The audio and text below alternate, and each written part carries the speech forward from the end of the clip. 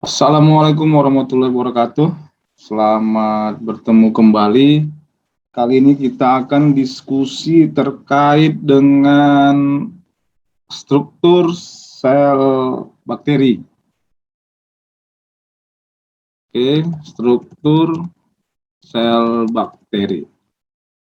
Baik, secara umum sebenarnya struktur sel bakteri ini dapat kita bagi dua, yaitu ada namanya struktur eksternal dan yang berikutnya nanti kita sebut dengan struktur internal. Oke, untuk itu kita diskusikan pada video ini tentang struktur eksternal bakteri. Selamat menyaksikan.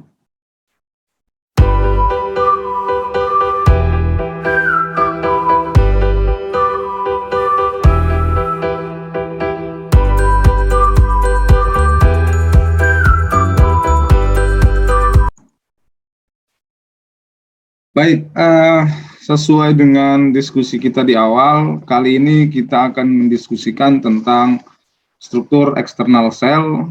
Dalam hal ini kita diskusi fokus kepada struktur eksternal sel bakteri. Secara umum nanti struktur eksternal sel bakteri ini ada beberapa bagian. Contoh misalnya nanti ada glycocalyx kita sebut, kemudian ada flagel, kemudian ada fimbriae, dan juga ada villi. Baik, akan kita diskusikan satu persatu terkait dengan struktur eksternal sel bakteri ini. Baik, yang pertama kita mulai dengan glycocalyx. Mungkin teman-teman sudah familiar dengan menggunakan istilah glycocalyx ini. Jadi kurang lebih glycocalyx ini merupakan sebuah selubung gula. Jadi istilah bagi substansi yang mengelilingi sel.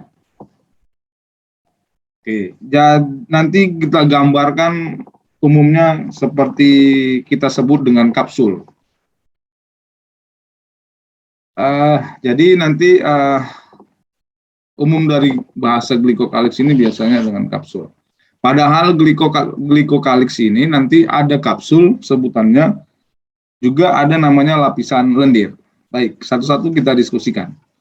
Apa fungsi dari glycocalyx ini sendiri? Glycocalyx ini fungsinya kurang lebih menengahi keteraturan permukaan sel. Nah, kemudian nanti bisa juga penghambat yang melindungi sel dari lingkungan eksternal, karena dia paling terluar. Kemudian contohnya itu seperti mencegah serangan virus, atau mungkin memperlambat proses pengeringan ketika sel bertemu kondisi kering pada sebuah media tentunya. Kemudian nanti glycocalyx ini sering kita sebut kapsul. Di laboratorium itu sendiri ternyata kapsul dapat dihapus ternyata. Oke. Penghapusan kapsul ini di laboratorium itu ternyata menurut penelitian tidak mempengaruhi kelangsungan hidup sel. Namun demikian, beberapa fungsi dari kapsul tadi itu tidak selalu penting untuk sebagai kelangsungan hidup. Tapi untuk beberapa bakteri dia menjadi suatu bentuk penting untuk menentukan kelangsungan hidup organisme. Misalnya kapsul dari Streptococcus pneumoniae. Jadi bertanggung jawab untuk pneumonia bakteri misalnya. Dan seterusnya. Itu contoh dari misalnya lagi bakteri antraks, penyebab penyakit antracis yang terdapat pada ternak. Bakteri ini tidak membentuk kapsul ketika bakteri ini tumbuh di luar organisme, tetapi kapsulnya akan dibentuk ketika dia menginfeksi hewan hospesnya. Oke, itu catatannya. Eh, apakah kapsul bakteri itu tadi sudah ya? Oke, baik. Apa yang terdapat dalam kapsul? Oke. Jadi komposisi kimia tiap kapsul bakteri itu sangat spesifik. Tapi secara umum terdiri dari air dan bagian padat yang terlarut, tetapi hanya kecil saja yaitu 2%. Bagian padat itu adalah polisakarida. Oke, jadi penyusun utama kapsul pada umumnya adalah polisakarida. Polisakarida itu terdiri atas glukosa, asam amino, ramnosa, serta asam piruvat. Asam piruvat contohnya asam organik, contohnya asam piruvat dan asam asetat. Nah, kemudian ada pula yang mengandung peptida kapsulnya, seperti kapsul pada bakteri Bacillus. Contoh lain yaitu kapsul pada Klebsiella pneumoniae mempunyai kapsul yang sangat tebal. Oke, itu komposisi penyusun dari kapsul. Kapan kapsul terbentuk? Nah, ini pertanyaannya. Kapsul itu terbentuk dengan syarat-syarat lingkungan hidupnya yang khusus. Misalnya adanya konsentrasi gula yang tinggi, kemudian adanya serum darah, atau dipertumbuhkan dalam jaringan yang hidup. Itu syarat kapsul terbentuk. Kemudian selain, jadi tadi glikokalix itu terbentuk dan menempel secara kuat nanti disebut kapsul. Apabila tidak menempel kuat disebut lapisan lendir. Jadi lapisan lendir ini adalah material kapsul diekspresikan oleh bakteri ke dalam media pertumbuhan sebagai lapisan lendir. Biasanya lapisan lendir itu tidak terorganisir dan mudah dihilangkan. Nah, secara spesifik untuk lapisan lendir ini tersusun dari eksopolisakarida, glikoprotein, dan glikolipid. Sama halnya dengan kapsul, fungsi lapisan lendir ini melindungi bakteri dari pengaruh lingkungan, seperti antibiotik ataupun kekeringan. Kemudian pada beberapa kasus, material kapsul dapat dilepaskan dari permukaan sel dengan cara mengocok atau menggojlok atau melakukan homogenasi di lab, seperti menghomologasi suspensi bakteri. Nanti akhirnya ketika proses itu dilakukan, kapsul dapat dipisahkan dari media pertumbuhan bakteri sebagai lapisan lendir. Pembentukan lapisan lendir ini cukup intensif bila pada media pertumbuhan terdapat sakarosa. Oke. Kemudian bagaimana sifat dari kapsul-kapsul ini?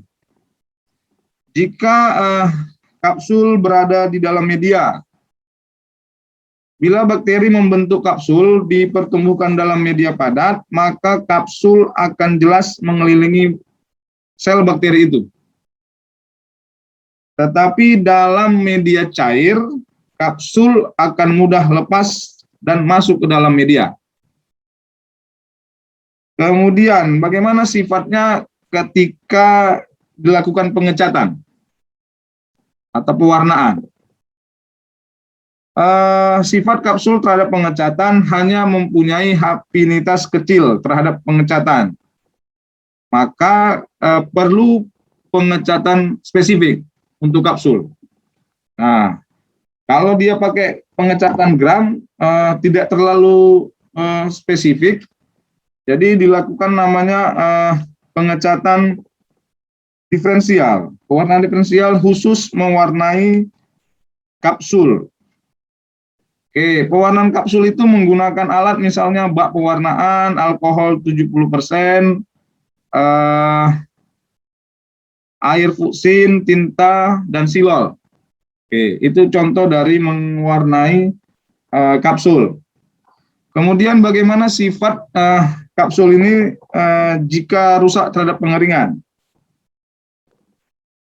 Jadi ketika kita membuat preparat pengecatan, maka sifat ini harus diperhatikan.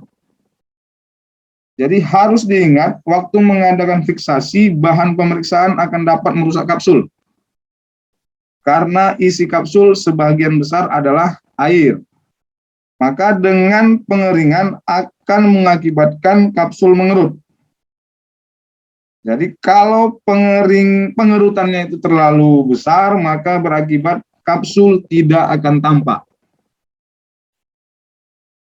Kemudian bagaimana sifatnya kapsul sebagai antigen? Sebagai antigen disebut pula K-antigen atau antigen kapsuler yang dapat menutupi O-antigen atau somatik antigen, misalnya pada bakteri golongan Enterobacteriaceae. Kemudian bagaimana sifat dalam peninjauan koloni yang terbentuk? Ternyata bakteri berkapsul itu membentuk koloni yang morfologi atasnya itu licin. Jadi kalau yang kebalikannya, kalau yang tidak berkapsul dia membentuk koloni yang kasar. Jadi ketika teman-teman melakukan pengamatan morfologi bakteri, kalau bakteri berkapsul itu koloninya itu bersifat mukoid atau smooth atau licin. Kalau yang tanpa kapsul dia akan terlihat kasar. Jadi nanti berdasarkan koloninya dapat dibedakan yang berkapsul dan yang tidak berkapsul. Oke, itu untuk glikokalix atau kapsul.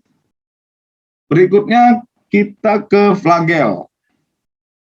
Oke, struktur flagel ini membentuk helikal. Jadi filamen flagel itu disusun oleh subunit protein yang nanti yang disebut dengan flagelin. Kemudian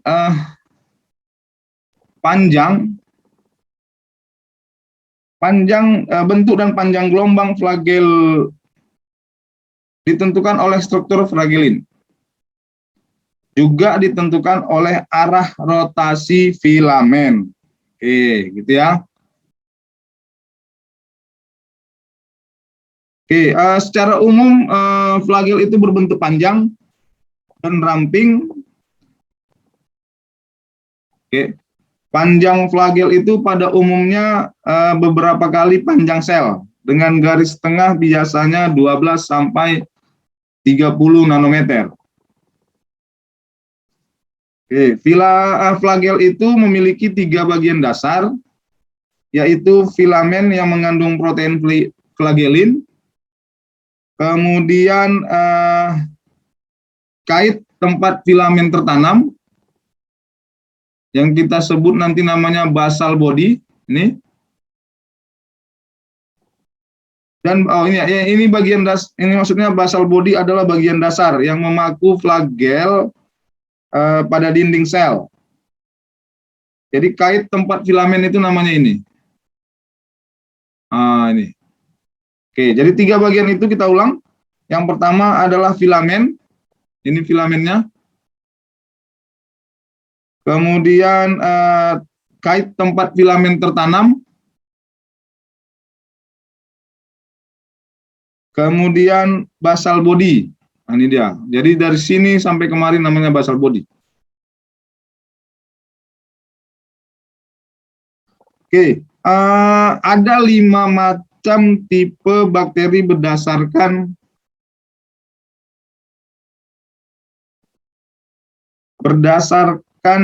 jumlah dan letak flagel.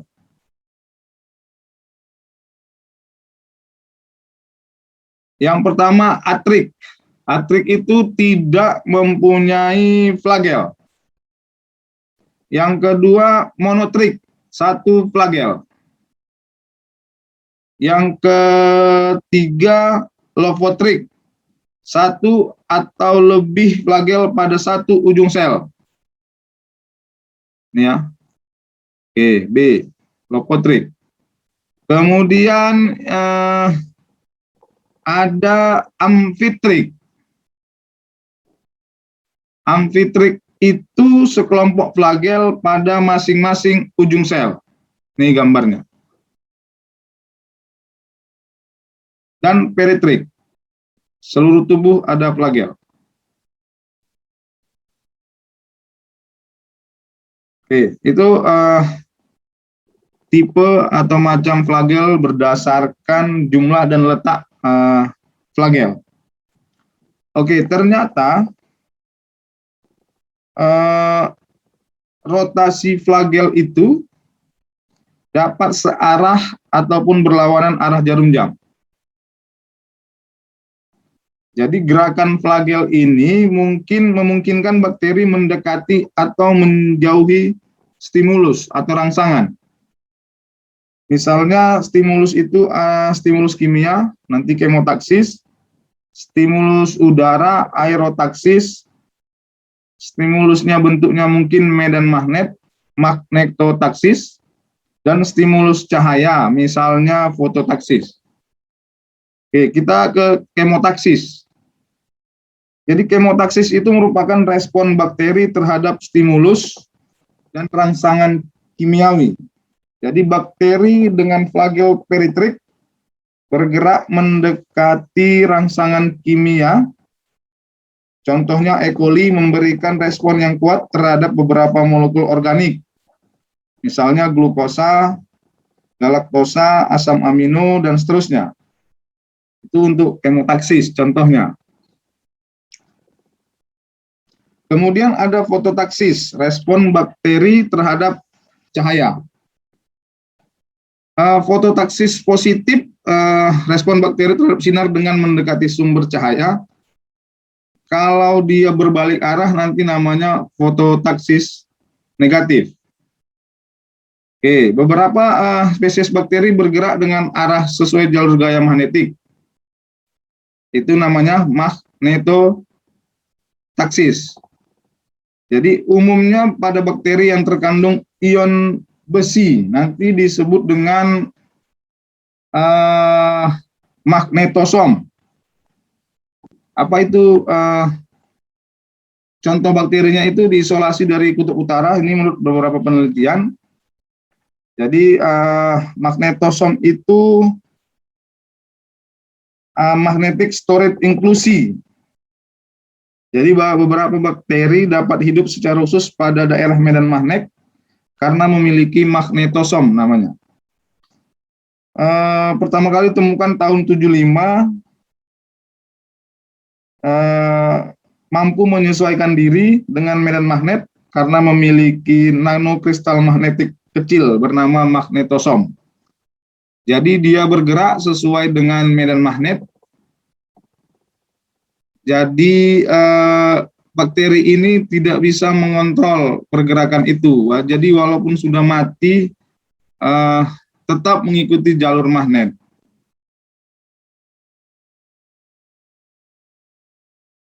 Oke, baik. Sekilas dengan flagel, kita lanjut dengan Fimbriae dan Pili. Oke, Pili itu secara morfologi sama dengan Fimbriae. Umumnya Pili lebih panjang dari Fimbriae. Jadi Pili itu berperan khusus dalam transfer molekul genetik DNA pada proses peristiwa konjugasi. Jadi karena umumnya fungsi spesifik dari Pili ini transfer DNA bakteri dalam konjugasi, maka nanti sering disebut dengan Pili seks. Kemudian dengan Fimbriae, jadi kalau Fimbriae itu ditemukan di gram negatif serta gram positif, termasuk golongan protein yang disebut lektin, yang dapat mengenali dan terikat pada residu gula khusus pada polisakarida. Nah, itu ya.